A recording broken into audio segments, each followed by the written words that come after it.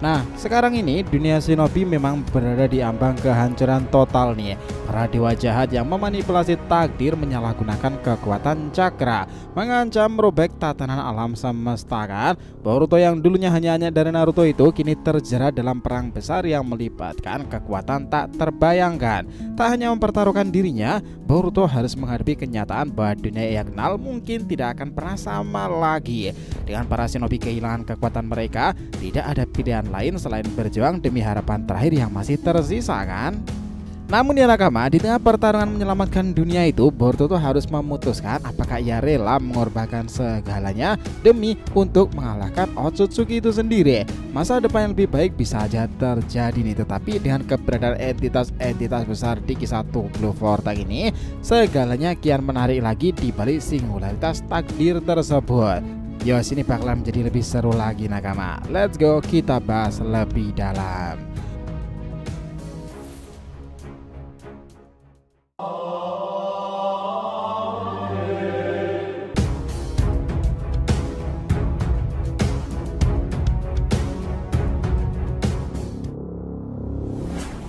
Oh ya, biar terus bisa berinteraksi dengan kalian ya, subscribe dan bantu ramein video ini ya nakama.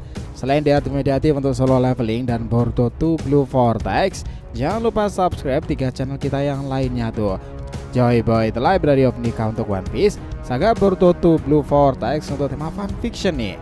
Sementara Shonen Odyssey untuk anime, manga, atau bahkan manhwa lainnya dalam versi bahasa Inggris nantinya. Oke, kita tunggu kalian juga muncul di sana pula ya. Let's go, kita masuk ke pembahasannya. Nah, sekarang ini pernahkah kalian bertanya-tanya ya, bagaimana Boruto bisa membalikkan semua kehancuran korban jiwa yang disebabkan oleh Kawaki di masa depan? Kondisi segalanya yang sudah menjadi puing itu, rasanya mustahil tidak ada korban jiwa ketika Kawaki memutuskan mengakhiri dunia shinobi. Tapi pertanyaan sebenarnya, adakah hal lain pula bahwa kerusakan yang sudah terjadi dan pelakunya mungkin akan menghadapi nasib khas karakter shonen atau bahkan suatu lebih buruk lagi? Tetap saja ya cuy, tidak ada cara bagi Boruto untuk mengganti apapun yang sudah dilakukan Kawaki. Apakah dia bisa menghidupkan kembali orang-orang yang telah mati tersebut? Atau apakah desa Konoha telah berkembang begitu pesat hingga bisa pulih hanya dalam waktu kurang dari setahun setelah bencana besar tersebut? Nah, apa yang diungkapkan Shikamaru soal anggaran desa justru menunjukkan hal sebaliknya, yang berarti adalah ada satu kemungkinan besar yang tersisa. Menurut kata-kata Amado, ini akan menjadi sesuatu yang mungkin dilakukan dalam domain para dewa, tempat yang seharusnya tidak bisa dimasuki oleh bangsa manusia, yang berarti Boruto memerlukan Shinju yang rusak untuk memperbaiki semua yang hancur akibat ulah dari Kawaki. Tapi apa sebenarnya domain para dewa itu? Nah, di sini selain sebagai metafora untuk keajaiban ilahi itu sendiri dan judul di chapternya kala itu, mungkinkah ini punya makna yang jauh lebih penting dan bisa membalikkan keseluruhan ceritanya? Ikimoto Sensei pernah menyatakan bahwa dia itu terinspirasi dari film The Matrix kan dalam membuat kisah Boruto ini yang penuh dengan konsep fiksi ilmiah seperti simulasi kecerdasan buatan pula. Bagaimana jika domain para dewa itu mengubah seluruh dunia Boruto menjadi simulasi kosmik dengan para dewa Otsutsuki sebagai programmernya, omnipoten sebagai bahasa pemrogramannya, dan cakra sebagai kekuatan prosesor tersebut? Nah, itu yang akan kita bahas sekarang ini. Karena yang nakama, sejak dahulu kita memperhatikan banyak simbolisme dalam cerita-cerita anime shonen kan. Pengaruh besar pada seri Boruto juga seperti itu, terutama setelah fase time skipnya. Karena mau bagaimanapun ya, kisah Boruto ini pasti akan ada kemiripan 1-2 karakter cerita dengan One Piece atau bahkan dengan Dragon Ball kan. Segala memang seperti itu dalam kisah-kisah shonen, apalagi setiap mangaka itu terinspirasi dengan mangaka lainnya. Ekspansi kerangka dunia atau bahkan world building yang digunakan oleh penulis cerita itu selalu seperti itu, menggunakan unsur budaya para dewa-dewi di kisah mereka, budaya Jepang tentunya. Nah, di sini di kisah-kisah cerita shinobi masa lalu itu semua berakar pada dunia shinobi ya. Konfliknya memang didorong oleh ideologi, persaingan antar klan dan ninja pelarian. Itu justru terasa seperti alat taktis, memanglah sangat ajaib, tapi tetap masuk akal karena bersumber dari gulungan dan garis keturunan. Kala itu memang luar biasa hebat di sistem tersebut, kekuatan yang luar biasa tapi masih terikat pada batasan dan tradisi umat manusia. Mirip sekali dengan bagaimana kisah di cerita Dragon Ball sendiri ya, versi awal yang menggambarkan dunia itu di mana seni bela diri mendominasi dan teknik seperti Kamehameha dianggap langka dan hampir mistis luar biasa. Memang sih Goku punya ekor dan keunikan sendiri, tapi dia masih bisa dikalahkan di dunia yang penuh dengan manusia, antara bayaran atau bahkan kisah-kisah dari android. Lalu pergeseran besar pun terjadi saat Dragon Ball Z memperkenalkan Raditz dan mengungkapkan warisan alien Goku itu. Naruto pun menarik langkah serupa dengan memunculkan Kaguya Otsutsuki.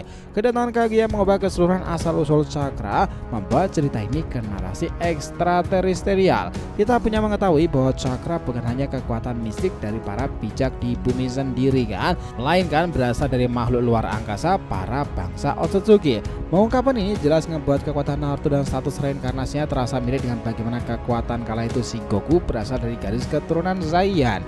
Ini adalah ciri khas gaya penceritaan dari Toriyama kan. Kekuatan protagonis tidak hanya karena latihan, melainkan takdir darah dan skala kosmik. Dan ini tidak berhenti sampai di situ saja.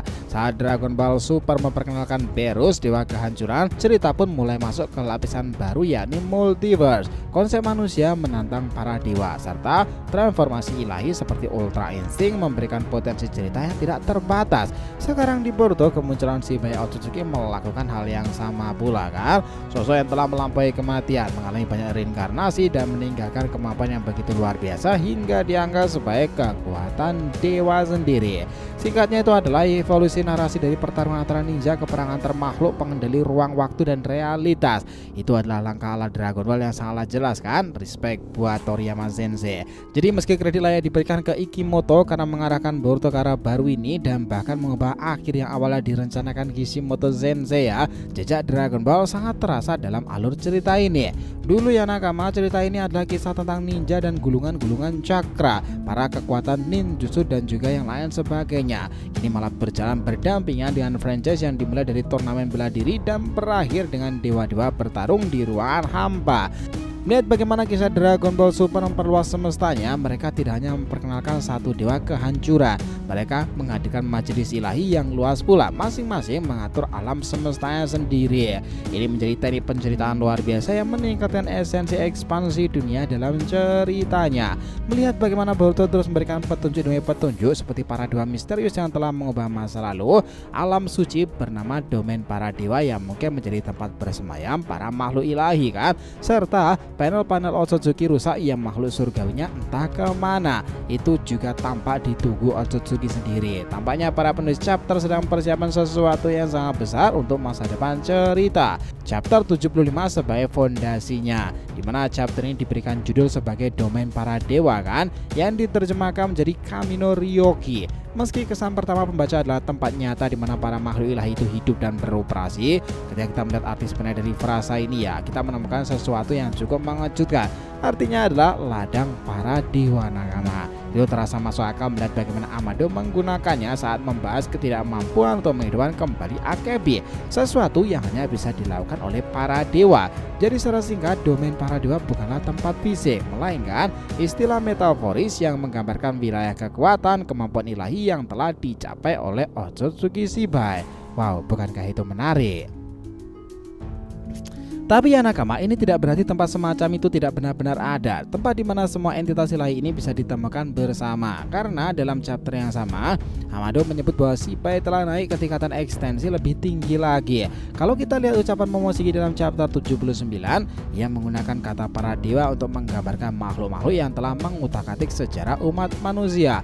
Artinya, ada lebih dari satu makhluk seperti itu dan Shibuya bukanlah satu-satunya Otsutsuki yang mencapai tingkatan kedewaan. Hal ini makin diperjelas di chapter 5 dari Two Blue Vortex-nya ketika Jura langsung mengenali Zenrigan milik Eida. Ini berarti dia pernah melihat Otsutsuki lain yang menggunakannya, yang bisa jadi adalah salah satu yang hilang yang belum pernah muncul. Karena Eida tidak memiliki Zenrigan, berarti ada Otsutsuki lain yang pernah dilihat Jura saat dia masih menjadi biju kan? Wow, bukankah logika ini menarik? Jika Otsutsuki misterius adalah pasangan Shibuya, maka dia mungkin telah dikorbankan atau dia pun telah naik menjadi dewa seperti Shibuya itu sendiri, yang menjelaskan ucapan Momoshiki saat menyebut para dewa nakama. Pertanyaannya, jika para makhluk ilahi itu telah mengubah sejarah umat manusia, manusia. Di manakah mereka sekarang ini? Ya, asumsi paling mudah adalah mereka berada di tingkat eksistensi yang sama dengan Zibai. Mereka mungkin telah meninggalkan tubuh fana mereka untuk naik ke dimensi lebih tinggi lagi. Dari sini kita bisa menyimpulkan bahwa memang ada satu alam semesta bersama di mana para makhluk itu tinggal. Ini menjadi cara strategis memperkenalkan karakter baru atau dewa-dewa baru yang memiliki cerita sendiri, atau mungkin akan mencoba membentuk ulang realitas sesuai dengan kehendaknya.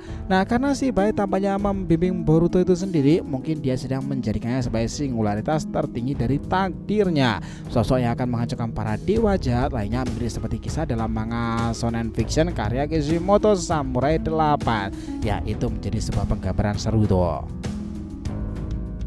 Jadi ya, meski kita bisa mengantisipasi pertarungan antara dewa di masa depan, apakah ada kemungkinan Boruto benar-benar masuk ke domain para dewa hanya untuk mengubah segalanya? Ya, melihat batasan manusia yang sudah jelas dalam cerita, kita pikir jawabannya bisa jadi iya nakama. Inilah alasannya kenapa Kawaki dari masa depan telah menjadi tirani kejam yang percaya bahwa dia telah mengakhiri era para shinobi. Nah, jika maksudnya adalah membunuh semuanya, maka secara logika manusia Boruto tidak akan bisa membatalkan tindakan tersebut. Saat itulah dia mungkin harus mencari jalan ke domain para dewa. Disinilah semuanya jadi semakin menarik. Menurut Momoshiki, Amado tidak tahu tentang sihir Eida yang bernama Omnipotent. Ini masuk akal karena kalau dia tahu, dia tinggal cari cara agar Eida menggunakannya untuk menghidupkan kembali Akebi kan. Dia bisa menghemat banyak waktu loh, karena kekuatan Omnipotent sendiri berasal dari domain para dewa yang sesungguhnya. Dari sini kita bisa menyimpulkan bahwa satu-satunya cara Boruto menghidupkan kembali semua korban dari Kawaki adalah dengan membuka kekuatan ilahi yang sekuat Omnipotent. Tapi jika itu tidak memungkinkan, maka satu-satunya jalan logis dengan berdoa kepada para dewa. Ya betul, kita mungkin akan melihat Boruto mohon kepada Shibai Otsutsuki atau dewa lain demi menyelamatkan dunia shinobi kan, seperti ketika Dragon Ball memohon kepada naga Zenron. Masuk akal karena makhluk-makhluk ini merupakan puncak kekuatan ilahi dengan cerita. Alih-alih mengikuti formula Dragon Ball yang biasa mengalahkan makhluk ilahi untuk naik ke tingkat mereka, Boruto bisa melakukan sebaliknya, meminta bantuan mereka untuk memulihkan segalanya. Mungkin kalian akan berpikir bahwa ini akan menurunkan tensi dalam cerita karena berdoa lalu semuanya kembali seperti semula terdengar seperti akhir bahagia kan? Tapi sebenarnya juga tidak seperti itu nakama. Inilah alasannya. Pertama, kita tahu ya adanya dewa Otsutsuki lain yang masih ada dalam demi kelanjutan cerita. Beberapa dari mereka mungkin sangat jahat dan hanya ingin menghancurkan alam semesta itu tadi. Dewa yang dituju Boruto mungkin akan memintanya mengalahkan para dewa jahat itu dulu sebagai syarat sebelum membalikan segalanya. Tapi twist besar bisa saja muncul. Boruto mungkin harus mengorbankan nyawanya dalam proses itu kan, untuk mengalahkan para dewa tanpa harus kehilangan dirinya sendiri. Agak cukup rumit sih memang. Karena ya nakama, apa yang lebih menarik adalah bagaimana dunia shinobi akan merespon perubahan ini. Dunia mereka memang berubah secara drastis. Tidak ada lagi sistem shinobi seperti yang mereka kenal. Tanpa dewa atau kekuatan cakra yang berlebih, semua orang harus mencari cara baru untuk bertahan hidup kan.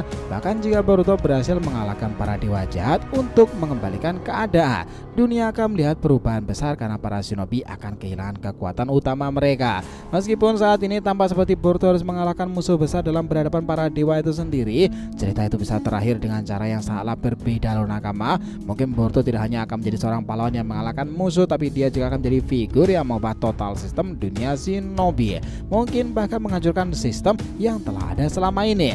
Akhir cerita ini bisa aja benar-benar mengubah dinamika dari segala sesuatu yang kita ketahui sejauh ini kan. Boruto yang dulu dianggap sebagai penerus Naruto bisa jadi akan menjadi seorang yang mengubah masa depan dengan cara yang jauh lebih besar dari yang pernah kita bayangkan. Apakah Boruto benar-benar membalikkan semua yang sudah terjadi? Mungkin jawabannya tidak sesederhana itu. Mungkin untuk melakukannya dia harus melakukan sesuatu yang jauh lebih besar, sebuah pengorbanan tak terbayangkan. Nah, kembali ke pertanyaan awal, bisakah Boruto menghidupkan kembali mereka yang telah mati? Mungkin jawabannya tidak hanya tentang mencari kekuatan yang lebih besar, tapi tentang bagaimana memilih menghadapi nasib yang sudah ditentukan. Apakah ada harga yang harus dibayar untuk melawan takdir itu? Ya entah itu melalui pengorbanan diri atau dengan cara yang lain yang belum diketahui. Apapun yang terjadi, perjalanan Boruto akan selalu lebih dari sekedar pertarungan ninja biasa tuh. Tentang bagaimana mencari makna dan juga pertarungan-pertarungan badas untuk membebaskan gurunya Sasuke dari jeratan pohon Shinju itu sendiri. Menghadapi Jura dan para Ikujubi lainnya adalah prioritas utama mereka sekarang. Karasin Koji yang selalu bersamanya tetapi masih misterius itu menjadi sekelumit kompleksitas cerita menarik dalam versi timeskip itu Boruto 2 Blue Vortex ke depannya nanti. Nah, kalian juga pasti menantikan bagaimana transformasi Boruto ke depannya masuk ke mode Otsutsuki-nya kan? Sama nakama. Stay tune, oke? Jadi kalau mau disimpulkan ya bahwa perjalanan Boruto yang dimulai sebagai seorang anak biasa dengan bayang-bayang ayahnya kini berakhir dengan sebuah takdir yang jauh lebih besar dari apa yang pernah dibayangkan. Berjuang melawan para dewa jahat dan kekuatan yang lebih besar dari dunia shinobi. Ia menyadari betul bahwa kepahlawanan bukan hanya tentang kekuatan fisik, melainkan keputusan sulit yang harus diambil untuk melindungi masa depan. Keberanian Boruto tidak hanya terlihat dalam pertarungan kan, tetapi dalam keteguhan hatinya untuk tetap percaya pada harapan meski segala sesuatunya itu tanpa hancur. Nah, fase-fase Two Blue Vortex itu penggambaran ceritanya menarik karena disinilah dalam beberapa chapter ke depan pasti Otsutsuki yang akan terlibat itu akan menjadi daya tarik tersendiri dan penghubung ke berbagai informasi Otsutsuki lainnya. Momo dirasa akan segera bangkit lagi loh, karena sekarang itu segala sesuatu yang besar sudah muncul. Salah satunya adalah kisah tentang Dewi Amaterasu yang muncul dari Mangekyo Sharingan Sarada kan. Lalu bagaimana tuh untuk chapter kedepannya nanti? Stay tune nakama. Jadi itulah tadi ya pembahasan kita mengenai apa yang terjadi pada kisah selanjutnya Boruto Two Blue Vortex. Terima kasih banyak telah mengikuti cerita ini sampai akhir. Jika ada yang ditanyakan silahkan nih, feel free tulis di kolom komentar di bawah ini teman-teman. Thanks ya telah menonton video ini sampai akhir, and will we come back again.